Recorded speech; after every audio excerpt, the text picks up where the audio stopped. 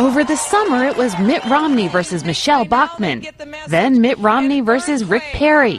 Now Romney versus Herman Cain. A year out from Election Day, one thing is for certain. The Republican field is anything but settled. I am struck by how unformed and unsettled that race is. And we keep thinking that Mitt Romney is the front runner, but he has trouble getting above about 25% in any of the key states. So the Republican voters seem very restless, are still looking around. You've got Romney against all the others. And in the anybody but Romney category, they're all dropping like flies. None of them is able to sustain.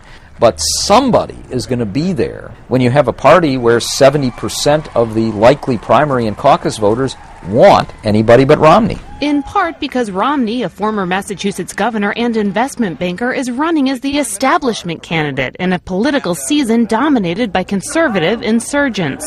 You've got an elitist problem. You have an ideological problem. You have an establishment problem. What happens when you have a candidate who is the choice of the elite but is despised by a good portion of the rank and file? It's the $64 million question, and the answer, at least until the early primary and caucus contests, is anyone's guess. In the meantime, Democratic groups aren't wasting any time going after Romney as the logical nominee. Let's look at your record, sir. You bought Dade International. 2 U.S. plants were closed. 2,000 workers were laid off. But Republican strategists believe with a national unemployment rate stuck around 9%, a fight over who can best handle the economy is one they're willing to take on. In the 3 years since he took office, unemployment has gone up nearly 17%. We haven't made enough progress on the economy. If I don't have this done in 3 years, then there's going to be a one-term proposition. It's going to be a referendum on Obama more than anything else.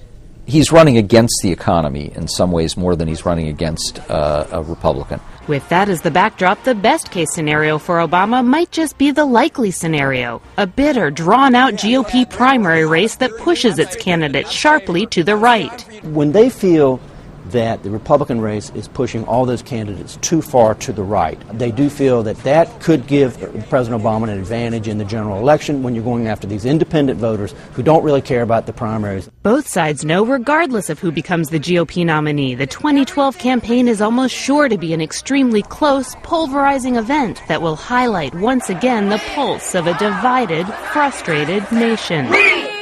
Kelly Daschle, Associated Press.